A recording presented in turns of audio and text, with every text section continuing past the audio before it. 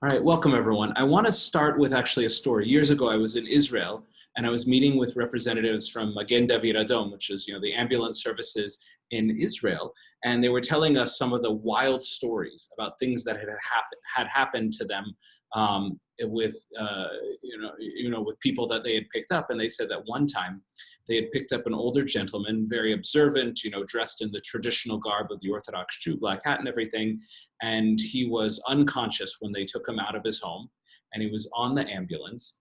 And again, he's just lying there. His life signs are failing. They ultimately, end of the story is he was okay, but in the middle of everything, he sits up, like a shock of lightning hit his system. He grabs one of the people on the ambulance and he starts screaming at the top of his lungs, Shema Yisrael Adonai Eloheinu Adonai Echad, the text of the prayer that we're going to read tonight, the first line of it, and then he just lies down again. It's almost as if he was possessed by something. And this line, the Shema, which we'll translate, but essentially it is the central tenet of faith, and we have it here in front of us in the Hebrew. In fact, I will translate it now. Shema Yisrael, hear Israel. It's a command. Listen, Israel. Listen, all Jews everywhere, but to the nation of Israel initially. Adonai Eloheinu. The original Hebrew actually has the four-letter name of God, the Yud, the Hey, the Vav, and the Hey, which we don't know how to translate well, and we're not even certain how to pronounce, but we say Adonai, our Lord. Eloheinu, another word for our God. Adonai, again, like the real name of God, Echad, is one. So the basic message here is, listen up, Jews. This is your God, and there's only one of him. There's not two, there's not three, nothing like that. That's the simple message of the Shema. And how did this central line, or how did this line become so central in its connection with our entire faith? It has become essentially, some religions have a single line, a tenet. They can boil their entire religion down to a single belief. And in some ways, even though Judaism is so much richer and more complex than one idea, at the end of the day, it's kind of this. And in fact, in some of the sources you'll see tonight, the rabbis talk about why the Shema is so important. But it didn't just end there. It's not just that one line. There's a beautiful paragraph afterwards that covers other topics about learning Torah, about our relationship with God. And then there's a second paragraph that talks about reward and punishment, which is essential for our behavior in this world. And then a third paragraph, which brings in even more topics and expands upon it. Why 3 paragraphs? Why do they cover so much information? So what I'm going to do very quickly here is we're going to go through the text here. I think it's important that we're on the same page about it.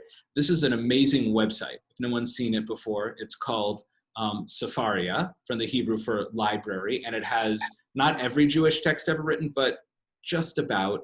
And you can, a lot of my classes, this is where I get the text from, and many texts are translated, not all here, but I think I can translate the first paragraph of the Shema. So I already translated that, but in the actual prayer service today, when people are alone, if someone's praying on their own, they say this 3-word phrase. I think you can see the mouse here, but it's El Melech Ne'eman, God who is the true judge. And we'll come back to what does that mean and why is that even in there?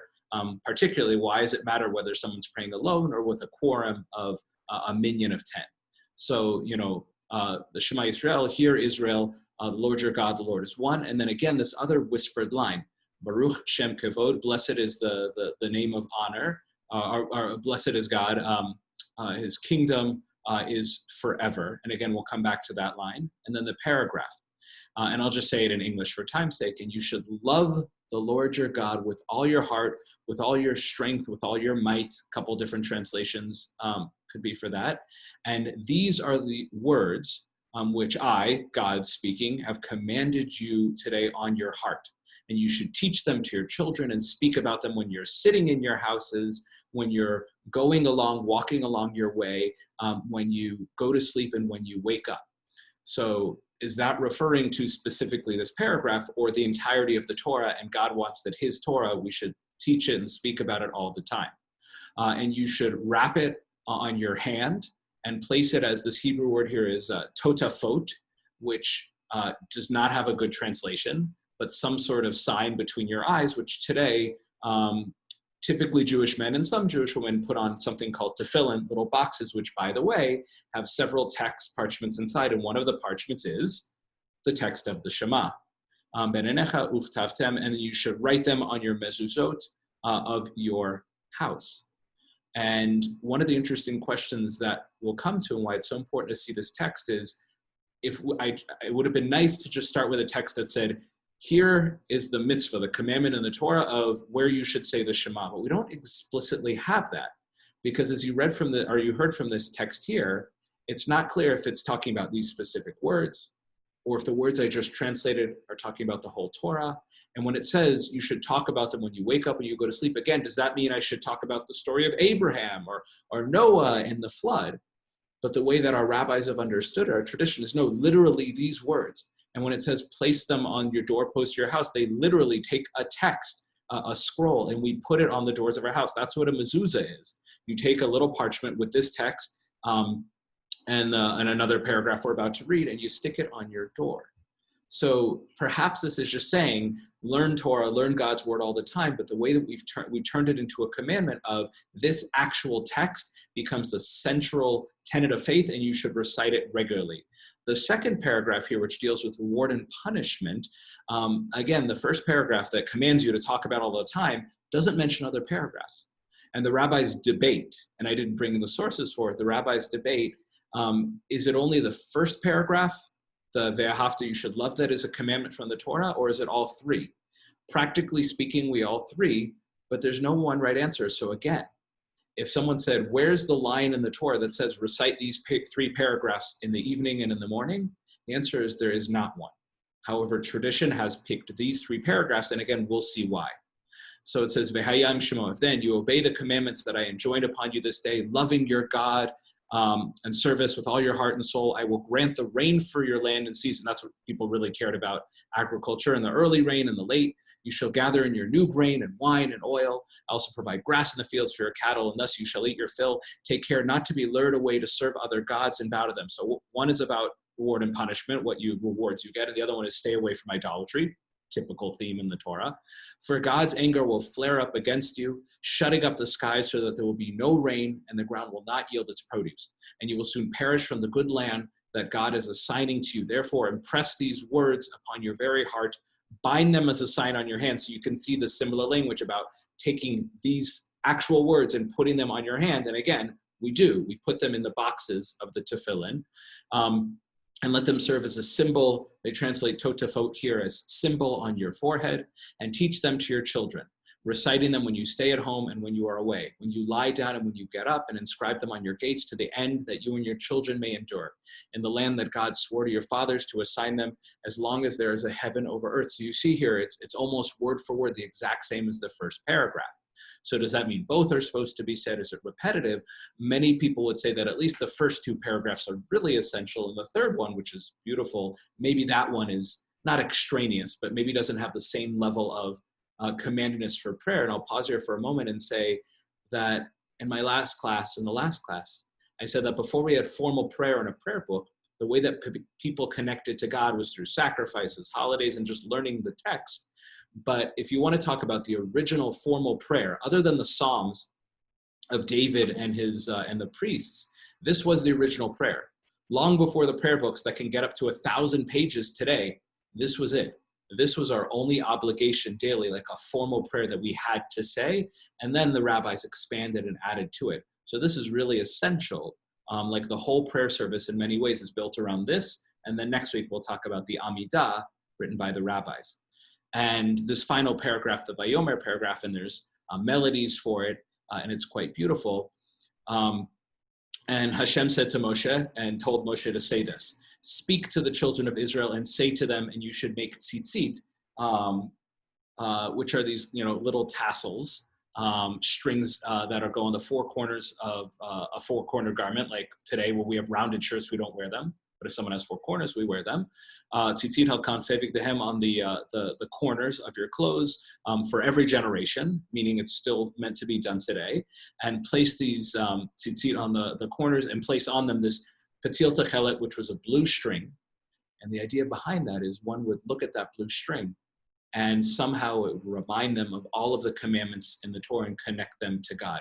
People do not use the blue string today, but in the paragraphs of the Shema that we read every single day, twice a day, it talks about a mitzvah that's not even done by most Jews today. And I can give a class on that, but the basic reason is we're not sure which color it's supposed to be and where the dye is from. And again, it continues about the tzitzit and the tzitzit, and you should see them, and you should remember all of the mitzvot. That's where I said you see them, you remember all the mitzvot, and you should do the mitzvot, and you should not look after the desires of your heart. Basically, if you're walking along and someone really beautiful, like Marilyn Monroe, walks by, don't get distracted. Keep your eyes narrow and focused, and instead look at your tzitzit. That's the example I'm sure the rabbis were thinking of.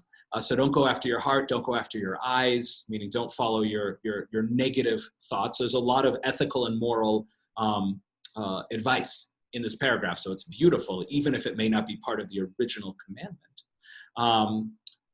So don't go after them, in order that you should remember and do all of the mitzvot, and you should be holy to God. And holy, again, kadosh really means special and unique. So don't get distracted by other gods, by money, by material things. Put all your focus on God, and somehow the tzitzit should remind you of that. And in fact, there was a group of Jews called the Karaites that broke off from Rabbinic Judaism. And when they did this mitzvah, they actually took the tzitzit and they nailed it on their wall so that everybody could sit and eat dinner or be watching a show and then look over, and it could be there on your wall instead of having to look down at something hanging out of your pants, or many people even tuck them in. And God continues, I am the Lord your God who took you out of the land of Egypt, so that God could be your God. And he continues, I am the Lord your God, and this is true. And the rabbis will also talk about, focus on, there's two main things happening here. One is the tzitzit, and the other one is the exodus from Egypt. And the reason that's important is the commandment of putting on these tzitzit only applies during the daytime hours. But when someone says the Shema at night, why would I read about a mitzvah I'm not going to do? But remembering that God saved our people from Egypt is a 24/7 thing. So I'm going to pause there because we just kind of rushed through the text, but I think it was important to all kind of see it, be on the same page, and I gave a few insights. But I'm going to ask if there are any questions before we get into the formal sources. Again, you could just throw up your hand. Excellent. Susan, yeah, I'm unmuting you.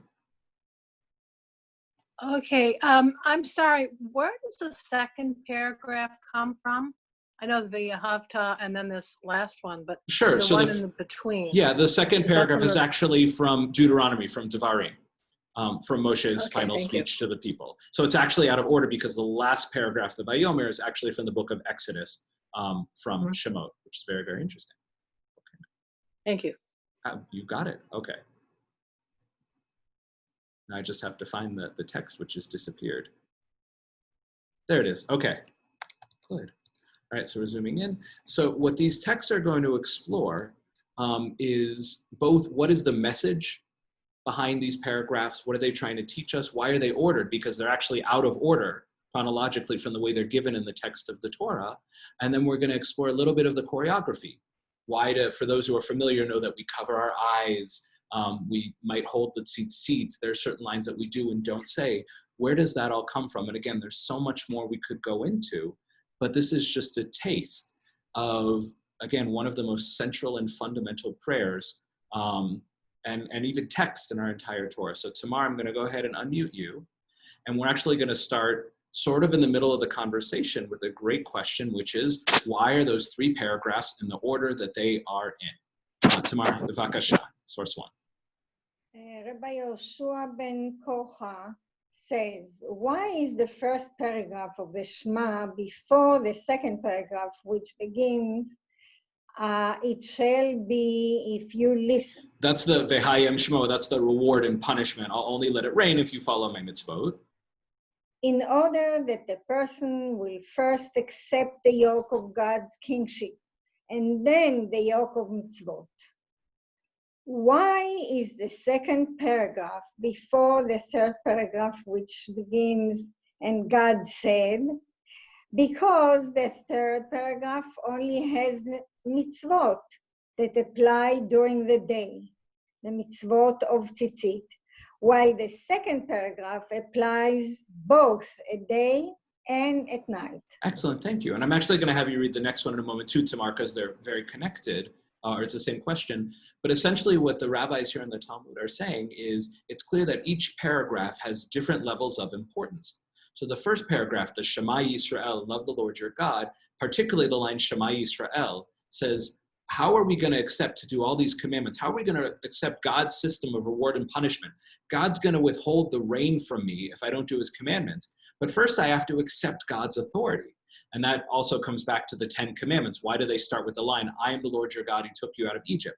Because what right does God have to give us a covenant, a contract of behavior, unless we accept God? So the first paragraph says, first accept God in your relationship with God, your loving relationship, and also the words that he gave you as Torah, learn it, studying it constantly. Now, once you've accepted it and you understand it, now you're expected to keep it. Hence, the second paragraph, keep the mitzvot to be part of the system of reward and punishment. And then the third paragraph focuses a great deal, or almost entirely, on the mitzvah of tzitzit, which, as I said, only applies part of the day.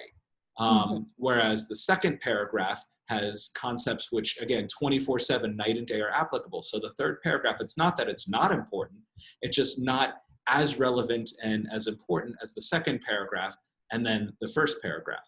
And Rambam, in his work, is going to approach it in a slightly different way. Again, I'll let you take this one, Tamar, and he explains the significance of each of the paragraphs. Bavakasha, Tamar, source 2, please. Rambam Hilchot Kriyat Shema 1-2, building a house of faith. One first reads the paragraph Shema because it contains the commandment of the unity of God, love of God, and learning, which is the great principle upon which everything else depends. Afterwards comes, it shall be if you listen, the second paragraph, which commands regarding all the rest of the commandments. Finally is the paragraph of tzitzit, the third paragraph, which also commands to remember all of the commandments. We don't hear you, Rabbi. We don't hear you. I'm back. I muted myself by accident. The Rambam here shares or echoes some similar ideas from the first paragraph, and we'll see it also in the third source from the Talmud Yerushalmi, which is that the fundamental tenets, foundations of our faith are captured in the first paragraph. And he talks about unity of God, love of God, and learning. And that's beautiful. It's not just about our relationship with God. It's also this love of learning, even though it's a learning to yearn and come closer to God. Those are the principles upon which everything is built. Now, once you've laid down those principles and you want to be in a relationship with God, you understand why you should follow God's law, then we lay out that there is a law.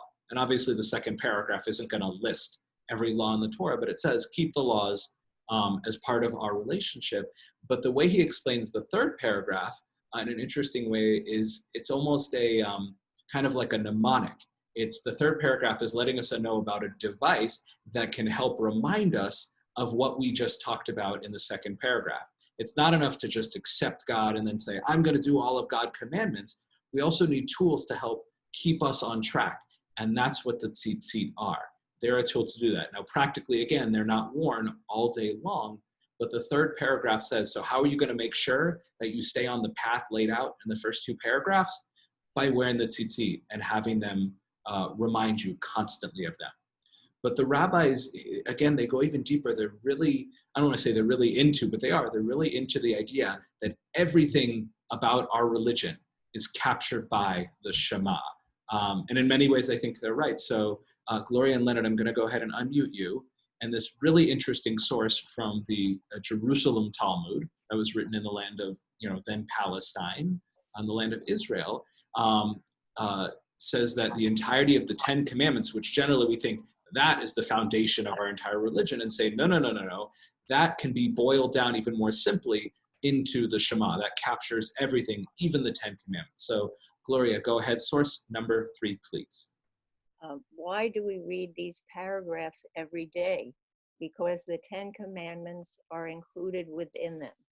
The following pairs, the first phrase is from the 10 commandments, and the second is from the Shema. 1. I am the Lord your God equals here. 2. You shall have no other gods equals the Lord is one. 3. Don't take God's name in vain equals you shall love. One who loves the king won't swear falsely in his name. 4. Remember the day of Shabbat equals you will thus remember. 5. Honor your father and mother equals you and your children will long endure on the land. 6. Do not murder equals you will rapidly vanish.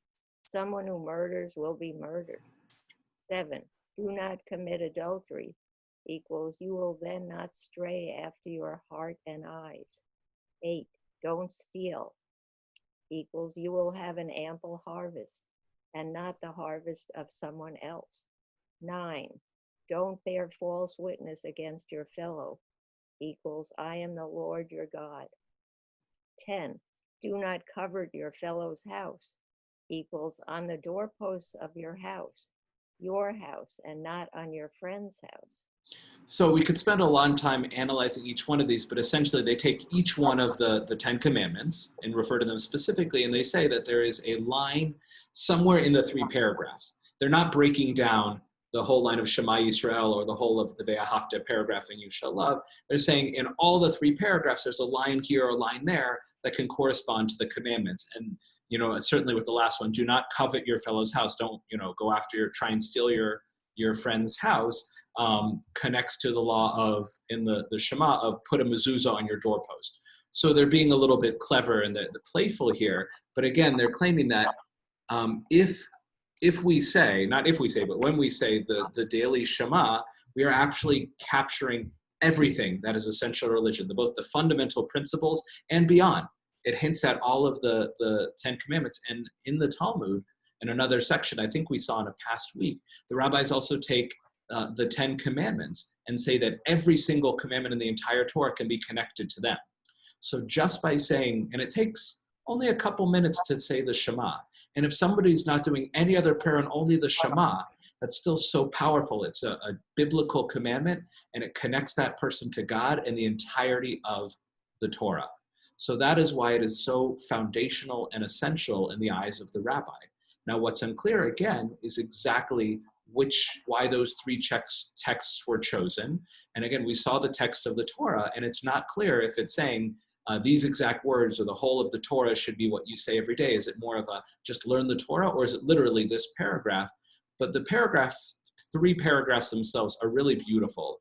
And the way that our tradition understands them is they definitely capture what is essential to our religion. So before we go into the next sections, any quick questions? Yeah, Thias, I'm unmuting you. Thank you. Okay, of course. I was confused on the connection with the number 9 in that last one. Sure. Here, I'm going to go back to it. So don't bear false witness against your fellow. So again, we'd have to analyze that more. I mean, don't bear false witness literally means don't go into a court situation and lie and say, oh yeah, he totally was the one who was there and stole that thing like that. And I am the Lord your God. So there's a few things. One is whenever there's a commandment in the Torah, which either doesn't make sense or it might be hard for us to follow, it's often followed up with the line, I am the Lord your God. So maybe there's no direct logical thing connecting with not bearing false witness, but it's, when God reminds us that I am Lord your God, that should put the fear into us to not lie against our friends. Like that should be the thing echoing in our heads. Now, again, it's possible here, and this often happens in the Talmud, that there's the text of bearing false witness might be spoken about somewhere in the Torah, and that may appear there, and I'm just not familiar with it or remembering it. So they may be cueing us into some textual thing in the Torah. And if I had memorized the entire Torah from beginning to end, I could say, oh, this is how we know that. And that happens a lot. And come to me in 20 years once I've memorized it all, and I'll be better at that. But that's my guess on it. But I'll say, ultimately, I don't know exactly how they're connecting, but my guess is it's one of those 2 things. Good question. Excellent.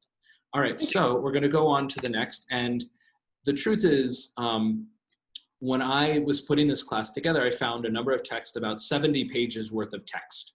I got it down to just under 7, or like 7.5 or so, or 6.5. So there's so much more we could say, and there's so many beautiful things the rabbis spoke about how the Shema connects us to so much in the saying of it. So I hope I captured a taste of it, but just know that the rabbis really recognize how powerful these 3 paragraphs are.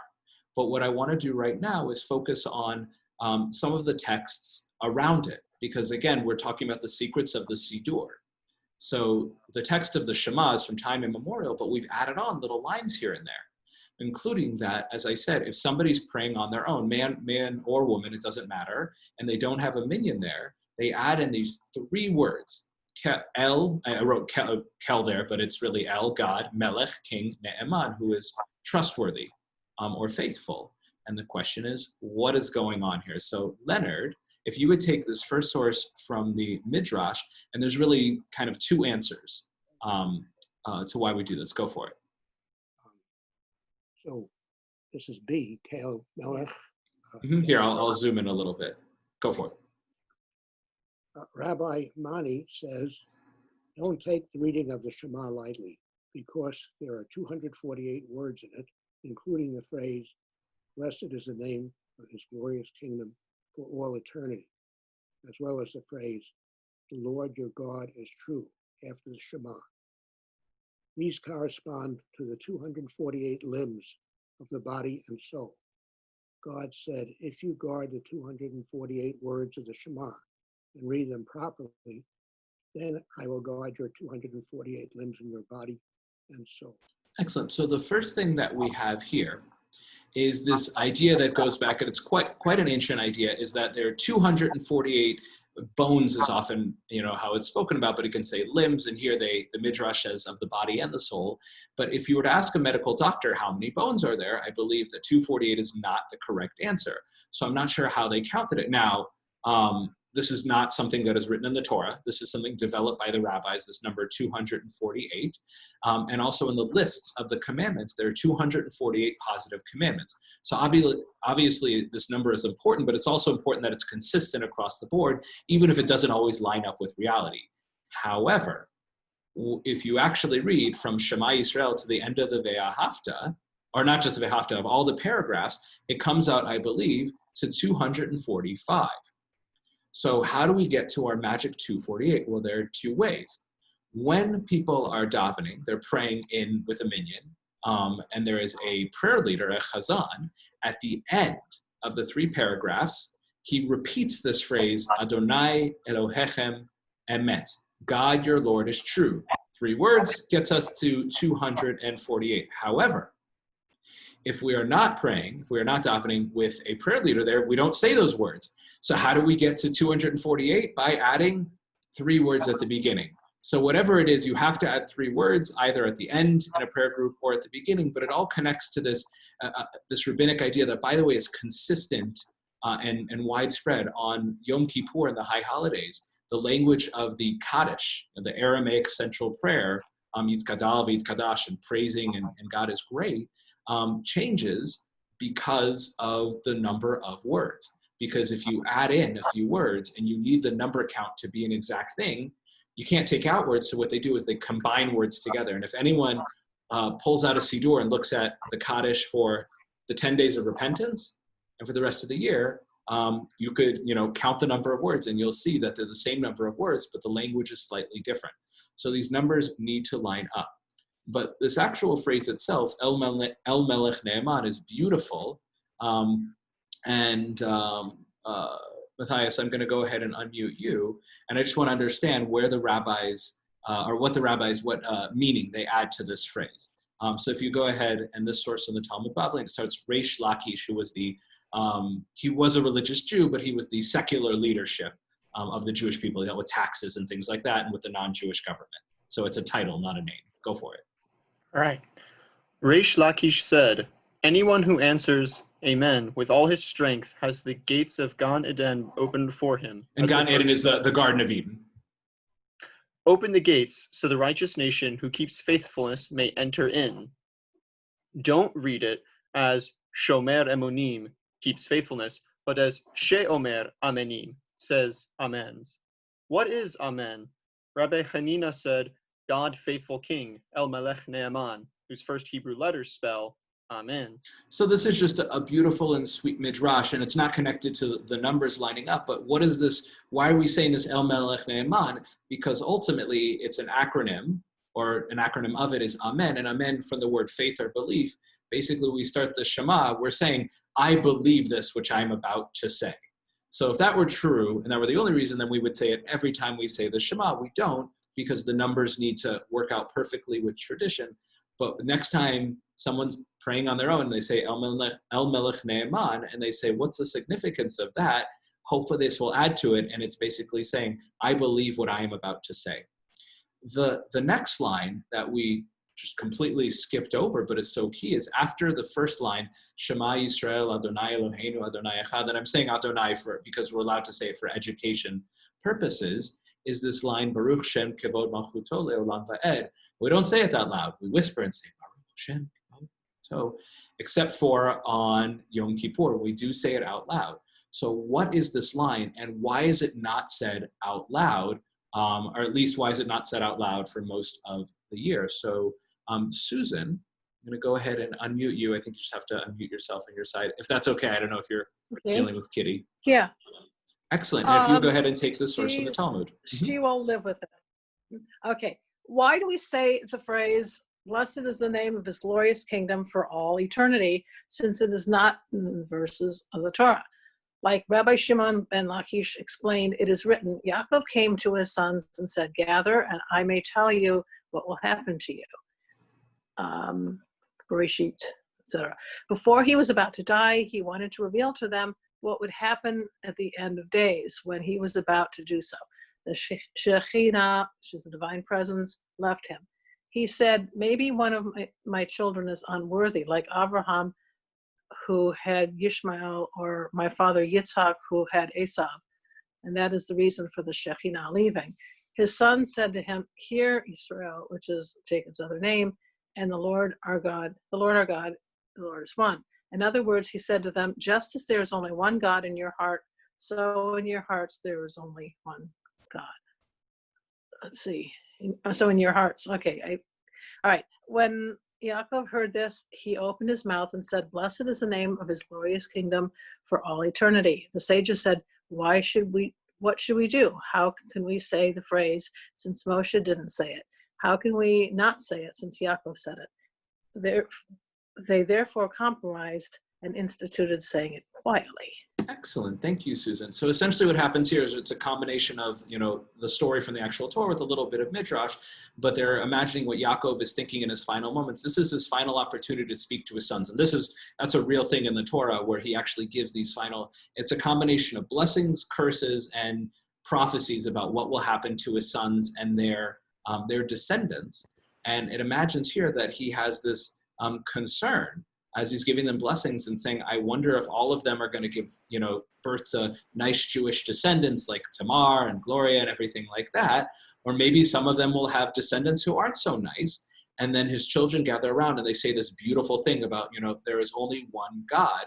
That's essentially the text of the Shema. And he is so inspired and says, my children, they're good people. Only good will come for them. Obviously, history shows it went a little back and forth, but ultimately, Yaakov says, that's what I needed to hear. My children are good children. And then he says these words, Baruch Shem Kevod, blessed is the name of his glorious kingdom for all eternity. It's almost his way of saying amen to that. But he says it specifically in connection with the Shema. So we have here a text where it's the Shema and this Baruch Shem Kevod. But when Moshe gave us the actual text later in the Torah, he didn't include it. So what do? We compromised.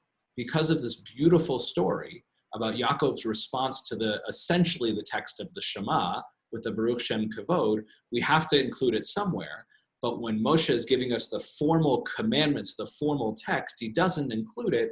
So as a nod to Yaakov, we do include it in there. And that is the reason that we've been given for saying it in an undertone. But we're not done yet because there is, of course, a custom that we do say Baruch Shem Kavod out loud in full voice as part of the Shema on Yom Kippur. And Rita, I'm going to unmute you. And if you would take this beautiful midrash that says, no. The reason we don't say Baruch Shem Kavod out loud during the year is not because of this compromise. It's for, please, this reason. The Rebbe said that then Moshe ascended to heaven, he heard the angels who were saying to God, "Blessed is the name of the honor of his kingdom forever and ever." He brought it back down to Israel. On Yom Kippur, when we are purified like the angels, we say aloud, "Blessed is the name of the honor of his kingdom forever and ever." Excellent, thank you. So again, it's a beautiful midrash here, and what it's saying is that the Baruch Shem Kavod is something that should be said out loud, but only those who are in a proper spiritual place. Moshe heard the angels saying it, so it's definitely something that should be said out loud, but we are not at the place spiritually of angels, except on Yom Kippur, and there are other midrashim and texts that imply that on Yom Kippur, the reason that we wear white is to emulate the angels, and we don't eat, and we have our feet together, and all of these physical actions to bring us closer to the angels. And only on Yom Kippur are we even a fraction of the purity and the spiritual heights necessary to be able to say this line out loud. So the line itself is a beautiful thing. We should be blessing God, or not blessing, we should be praising God in this way, but we aren't deserving of doing it for the rest of the year, but only on Yom Kippur. So two different explanations for why it is whispered throughout the year, which is the right one. You'll have to, when you get to heaven, you can ask the angels, which is the correct one. But again, it's interesting because we have the practice. The practice is what it is. It's been passed down for generations. But as I said last class, we don't always know the exact reason why. So did the practice develop, and then we came up with reasons? Or were people sitting around with all these texts and then they developed it out of it? It's not always clear, but it makes it fun and interesting. So I'm going to pause here again before we go on to the next section. Any quick questions before we go on? And Ken, I'll have you read next. Beautiful. So I think, yeah, you have to unmute yourself on your side. So the next three sections are very short, and what it is just a tiny little insight into each of the paragraphs, just like a little source that talks a little bit more about each of the paragraphs and their significance. So the first paragraph obviously starts with that line, Shema Yisrael, hear O God, but then the main content is Ve'ahavta, and love the Lord your God. And the source in the Talmud talks a little bit about what that love, what does it mean to love God? What should we do with that love? So Ken, please. It was taught, you shall love the Lord your God. This means that the name of heaven should be made beloved by you. You shall learn Torah and Mishnah and serve Torah scholars and do business pleasantly. What will people say about you? Praiseworthy is his father who taught him Torah. Praiseworthy is his teacher who taught him Torah. Woe to those who don't learn Torah. This person who learned Torah, look how beautiful his ways are and how perfect his actions are. Excellent, thank you. So if one reads the text as it's written, Ve'ahavta, et Hashem Elokecha, it would read as love the Lord your God, which the rabbis do discuss as a mitzvah, and they discuss how that's challenging because it's hard for God to command an emotional state. That would essentially, it wouldn't be taking away free will, but it's very difficult to command someone to have an emotion. We're just not built that way, and God knows that. So God wouldn't be asking us to have an emotional state as a command. God can command us, don't eat that, or wear that, or shake that. He can't command us to love. So the way the rabbis interpret that mitzvah is that we should live our lives in a way and study texts that bring us to a love of God. So for example, if going to the Grand Canyon will cause awe and love of God, or learning physics, which does. I've read books and I said, oh my goodness, this is incredible. The universe that God created, that will, just like you learn about someone cool and you just love them for it, that's similar. But here, they take it in a different direction. They say it's not that you should love God, it's that you should create cultivate the love around God. Live a kind of life so that when people see you and say, what an amazing person that is, who do they represent? Well, who do the Jews represent? God. So through our actions, we will actually cultivate love of God in other people. And which obviously it goes both ways. If somebody sees a criminal who's a Jew and says, oh, the Jews are horrible, it's essentially putting hate towards God. But if someone says, oh my God, to a Jewish person, I love you because you gave all this money to charity. What they're really saying, we believe, is I love your people and I love your God who commanded you to give charity. So it's bringing love out of people for God. It was an awkward sentence, but hopefully the idea comes through. The next paragraph here is, again, I said reward and punishment, which I don't know if I've done a formal class on it. We absolutely should, because the idea of reward and punishment, schar va'onesh, why does God punish us? How does that connect to free will? What does that mean for our relationship with God? Are we getting punished for not keeping the commandments, those who do, those who don't? But Rashi here and then the Talmud just have an interesting little insight here. And Rita, I'm going to go ahead and unmute you. And Rashi talks about what kind of reward we're going to get. So go ahead, just that quick source number 1. I will give rain for your land. If you do what you have to do, I, God, will do what I have to do. So that's, I don't want to say, tete-a-tete, but it's essentially God saying that as long as you fulfill your part of the bargain, I will fulfill my part of the bargain, which is to reward you. So Rashi here, it's more that he's focusing on the idea of physical, material things, not materialistic. There's nothing wrong with wanting food and shelter and things like that. But the reason I brought that text is because there's not a consensus of what this reward and punishment is. Because if someone says, fine, I'll keep the mitzvahs and then I'm going to win the lottery, right? And I'm going to become rich. Well, the rabbis suggest, and Rita, I'll just have you take that line as well because it's so short from the Talmud. They suggest a different way to understand it. Go ahead. Source number 2. The rewards for mitzvah does not exist in this world. So we don't follow God's law because we're trying to get rich and wealthy and all these material things. We do it to essentially create our Garden of Eden in the world to come. Thank you. Well, you actually quid pro quo. Except that it is, but we don't get the reward in this world. We get it in the world to come. But it's interesting. So we read that paragraph and people are troubled by it. God is punishing us, when we don't keep mitzvot, is maybe it's not talking about in this world. So when someone gets sick in this world or there's a disaster and someone says, oh, it's because they didn't learn enough Torah, they weren't, their kippas weren't the right color. No. What happens in this world is bad things happen in this world, and our responsibility given to us from the Torah is to support each other and save others and not stand idly by and give charity and give good deeds. But ultimately, our focus should be on this world and not getting on reward and punishment. When we go to heaven, then we'll get our reward. So that's a little bit of a debate in the rabbis about how we approach a reward and punishment. So I said it's a class in and of itself, but next time somebody's saying the text of the Shema and they think, oh, this is so materialistic, why do I care about rain? The Talmud is suggesting it's not about rain. It's about cultivating a good life that will lead to an eternity in heaven. So I'm considering for time's sake here, and I think what I'll do is I'll summarize source 3. It's beautiful. It's so important and essential to this conversation, but essentially what Rambam here in his Mishnah Torah is saying is he's further exploring the idea of reward and punishment and blessings and curses, and talks about, is it possible that we can have reward in this world and in the world to come? And essentially what he says is, when we get rewarded by the Torah, it's not material rewards. We don't do mitzvot to get rich.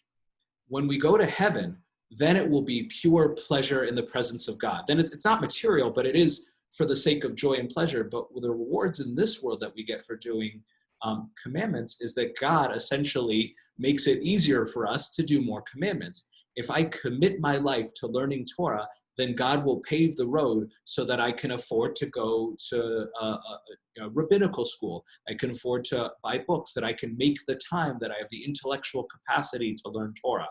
Those are the rewards in this world. Connect with God in this world, and God will make sure that your connection and your learning of Torah are successful. But the rewards of joy and the so-called material ones, driving around in a Lamborghini, that's saved for the world to come. So it's a beautiful way to kind of bring together those two ideas. And again, just for time's sake, and then we'll go back in the sources, the section F, I named it Tzitzit, Yoke, and Exodus. And what the rabbis are doing here in the source of the Talmud is talking about the great number of commandments, mitzvot, which are found within or hinted at the text of the Torah. We kind of hit it earlier. We said the 10 Commandments can all be found in there, but there are so many commandments that are hinted at, against idolatry, the commandment to wear tzitzit, remembering that there's a specific mitzvah commandment to remember that God took us out of Egypt. All of these things are included in here. So these 3 paragraphs, in many, as I said earlier, they just capture so much of the essence of our religion. So this next section here is really important, and it's the choreography. Now with the Shema, unlike, it's a fairly short section, so there's not getting up and everything laying down, although we'll read about that. But there are a few important things physically that we're doing with our bodies, and I want to take the time to look at that, because people may know this and may be curious why we do it, or they may not know it and say, what am I supposed to be doing with my hands and my body? Am I supposed to be sitting or standing, etc.? So Matthias, I'm going to go ahead and unmute you again. So this first text here is, I'm actually going to have you take 1 and 2. The first one is right out of the Shema. It's a direct quote from it, and it talks about when and where we're supposed to be saying it. So go ahead, source 1 right there. All right. Teach them to your children and speak of them when you are at home, when you travel on the road, when you lie down, and when you get up. So if we're taking this literally, that it's, again, this paragraph should be talked about, then shouldn't we take all of it literally? Whenever I lie down, whenever I'm on my way, I should be saying I should be saying the Shema and all those different things. So the rabbis asked that question, why are we talking about lying down and getting up? Why don't they just say it in the evening, say it in the morning? So go ahead, source number 2. Why does it say when you lie down and when you get up? This tells us that the Shema should be recited at the time when people are lying down to sleep at night and the time when people are getting up from their night's sleep. Excellent. So I sort of gave the answer to it, but essentially the rabbis are saying, don't take this literally. And there's a reason that they say don't take it literally. Susan, I see you have your hand up. I'll get you in just a moment. Is because if I say that I have to do it lying down, what if I'm in a situation where I look at my watch and it's time to say Shema and I'm in the middle of the road? Do I lie down? Well, in the Talmud, in Brachot, very early on, they have a conversation. It literally starts, the beginning of the entire Talmud is Me'ematai, from when do we say the Shema? And the rabbis figure out that you say it in the evening, you say it in the morning based on this, but then they go into this lying down, and they talk about a rabbi, I think the school of Shammai, who says literally, when it says lying down at night, you say it lying down, and when you wake up in the morning, you have to stand up for it. And the rabbis castigate him and just yell at him and say, you fool, you put people's lives in danger. They said to another rabbi, if you follow Shammai, you're putting your life in danger because you're going to be on the middle of a road. You're going to lie down to fulfill the mitzvah. And ultimately, and we'll read, Susan, I'll have you read this text and then you can ask your question. The rabbi's consensus, which is captured here in the Shulchan Aruch, based on the Talmud, is what are we supposed to do? Do we follow it literally and lie down when we say it at night and have to be standing when we say in the morning? And the answer, Susan, is source number 3. One may recite it when walking, standing, lying, riding, or on the back of an animal, or sitting, but not prakdan, that is with one's face into the ground or cast on one's own back with one's face upwards, but one may recite when one is lying on one side. Excellent, thank you. So I'll just explain that and then your question, Susan, which the rabbis essentially say, when it's time to say Shema, now ideally one has like a formal set time, they go into a room, etc., but realistically they're on their way. And again, this was the original prayer. There was no other prayer other than this. So this was the only thing you had to say, morning, and in the evening, and then in the morning. Whatever you're doing, say it in that position. And that's important. When I'm leading services and I say the Shema, I don't go and sit down. I do it standing. And everyone in the congregation who's sitting at that point doesn't stand up. They stay sitting. So somebody's on an airplane or they're running and they say, if I don't say the Shema now, I will miss my opportunity to fulfill the mitzvah for this day before the day's over. And they have to do it running, do it. If they're lying in bed and say, uh-oh, I went to sleep early tonight, but I almost forgot the Shema of 2 minutes, I can't get out of bed. Just say it in that position. Now that may not be ideal, but the point is, it's not about literally standing or sitting down. It's about a time of day, and practically speaking, whatever your body position is, do that. Now, Susan, thank you for your patience. Yeah, your question, please. Okay, well, it doesn't say you should love God. It says you should love God with all of your energy and strength, whatever, all of your actions. So the way I understand that is everything that you do should reflect that love of God. That you're supposed to act it out. And I think that the text we saw earlier, where it says cultivate this kind of love in others, I think that actually fits well with your interpretation of it, which is all of your acts should be directed towards God in a loving, positive way, and others will see that and be inspired to connect to God also in that positive way. So act lovingly towards God, and others will see that. So I really like your reading of it. Now, again, the rabbis read it both ways. They do indeed read it also literally as, and love the Lord your God as a command, and then they interpret that in a different way. But I think your reading is very valid and beautiful. And now that I've, you just did that one. So Ken, I'm going to go ahead and unmute you to take the next text. And again, one of the most famous things about the saying of the Shema is that we cover our eyes. Now, I have heard, which is not in these sources, an idea that one should make their fingers like this, like the letter shin. I've not found a source for that. I didn't actually look so deep into it. I learned it from some random friend of a friend at some Shabbaton like 20 years ago, which I know is not that long ago. But the actual covering of the eyes, there is a source for that. Go ahead, Ken, source number 4. It was taught, hear Israel, the Lord our God, the Lord is one, was that this was the Shema of Rabbi Yehuda Hanasi. He only used to say the first verse and leave out the remaining paragraphs. Rav said to Rav Chia, who were both students of Rabbi Yehuda Hanasi, I didn't see Rabbi except the yoke of heaven upon himself. He replied, son of great ones. When he passed his hands over his eyes, he accepted the yoke of heaven. So there's a lot going on there in terms of what does it mean he was only saying the first line, and that also gets into the history of what was the actual mitzvah. Was it the whole thing? Was it the line? However, this text is not the main thing. It's the next text, which is a rabbi that I don't think we've actually been exposed to before, Rabbi Mordechai Yaffe, with this incredible commentary, the Levush, on all of Shulchan Aruch. It's one of the most amazing, comprehensive, beautiful commentaries ever written, but for whatever reason, I'm sure there are reasons, it's not printed with most, if any, commentaries on the Shulchan Aruch. You can get a printed version of it, but it's really not as accessible as the other ones. But he is commenting directly on that idea that when his students saw him put his hands over his eyes, that was the moment that he accepted being commanded by God. The yoke of heaven, a yoke is literally something that you would, like something made of wood, you would put on the back of an ox or something that they have to carry with them to carry their burden and their work. So too, we accept on our shoulders, and hopefully it's not a burden, but we accept on our shoulders that everything we do, we carry God's commandments with us. So that moment of acceptance is both essential for us and for anyone converting to Judaism. But Ken, if you can take source number 5 as well, where he's basically, again, directly commenting on that source from the Talmud. If someone doesn't concentrate during the first verse of the reading of the Shema, he has not fulfilled his obligation.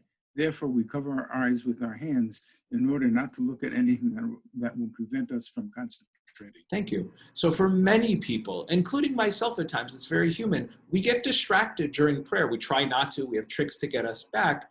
But there are a few prayers, and we'll learn about one of them next week in the Amidah, a few lines that if we lose focus on it, the rabbinic, many rulings would say we haven't fulfilled the commandment. Now, a lot of them say nobody has focus anymore. We'll see that next week.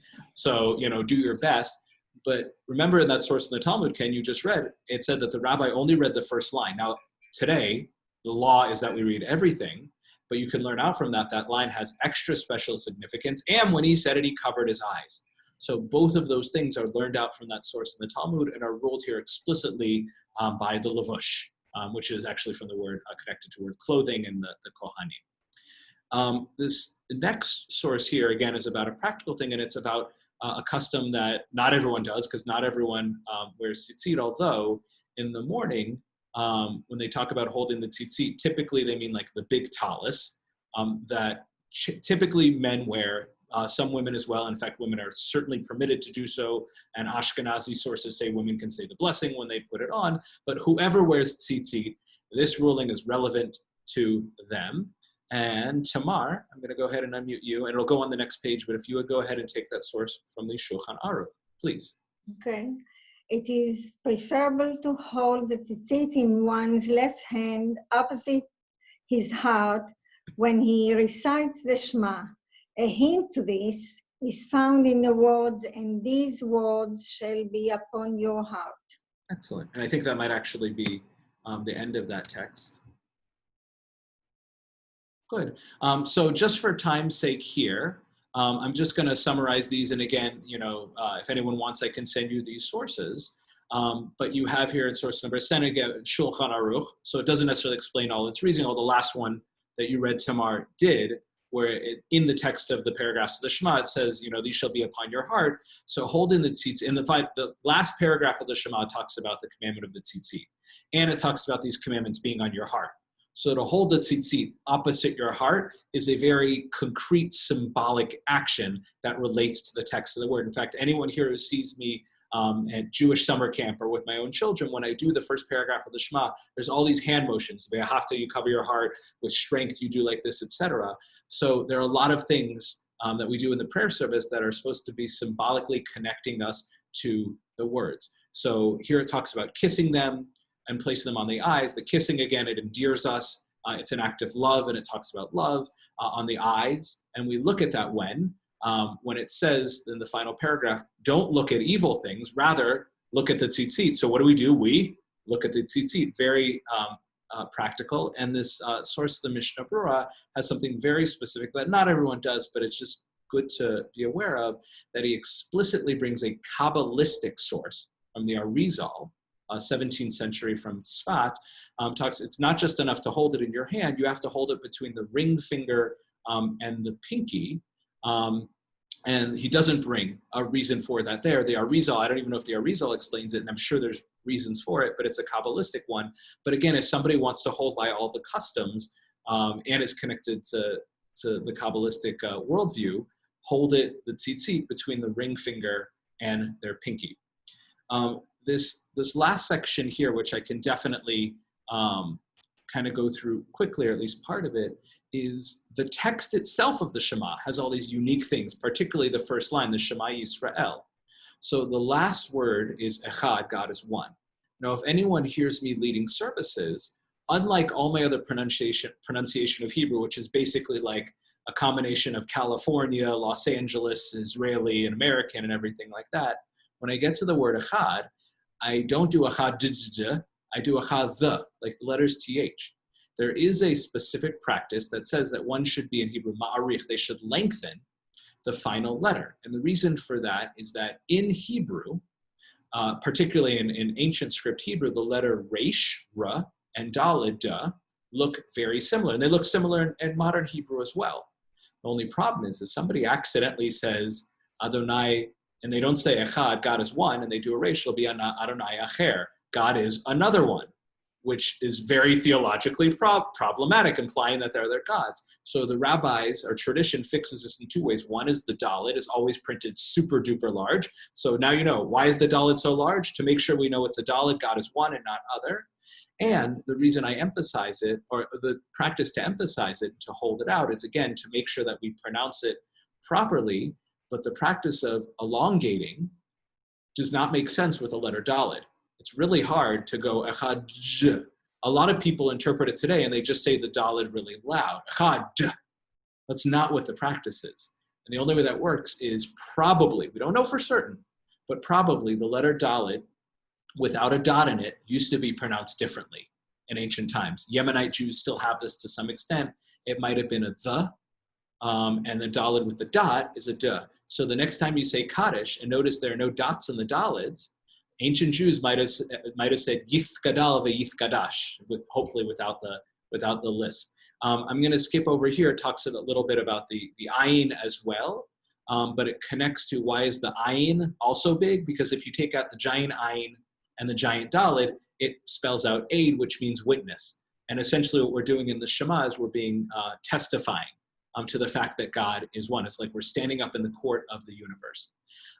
The final two sources, then I will read the last one inside. The bedtime Shema, there is a custom.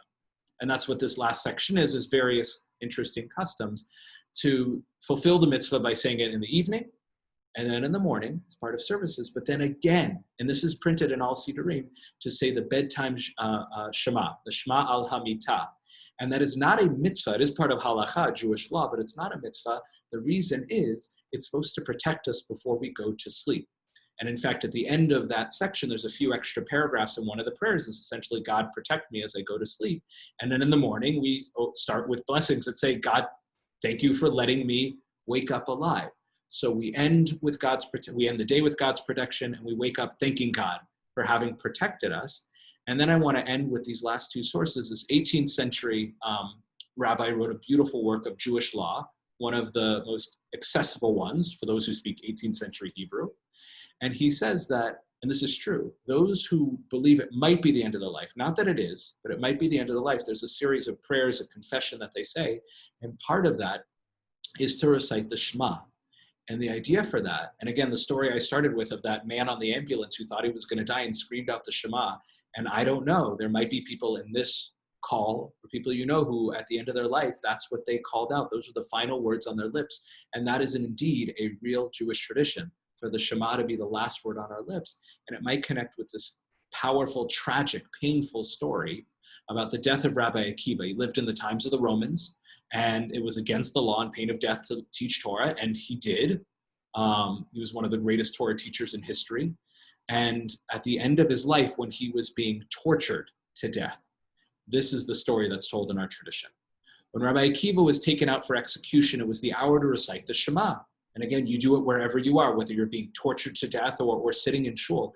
And while they combed his flesh with iron combs, he was accepting upon himself the kingship of heaven. He was doing what one was supposed to do when they say the Shema. And he continues, he says, or his disciples, the students said to him, our teacher, even now. And they said, how are you even saying this now? And he said to them, all my days I've been troubled by this verse, with all your soul. In the Hebrew, nafshecha, with all of your soul. What does it mean to love God with all of your soul and with all of your might? And he says, even if he takes my soul, he being God. I said, when shall I have the opportunity to fill this? How do I show God that I love him so much that I'd even give up my life for him? Now that I have the opportunity, shall I not fulfill it? He prolonged the word echad, one, until he expired. And again, he was probably saying the word the instead of a duh. A heavenly voice went forth and proclaimed, fortunate are you, Akiva, that your soul has departed with the word echav. So he says, I wanted to show God that I would give everything, that I accepted God so much I would give up everything. And he said, now I have a chance to show God that I will give up everything. We had a class on martyrdom, and that the rabbis are generally opposed to it, but that's not the takeaway here. The takeaway is that ultimately when we say the Shema, we're not just accepting to do the commandments and wear tzitzit. We're accepting that our very existence, our very purpose is to serve God in connection with God and to love God and to bring others to love God. And at the end of the day, again, even practically, if somebody says, Rabbi, I'm taking on Judaism, but I can't do the whole Siddur, is there one prayer I should say? Easy answer, of course, the Shema.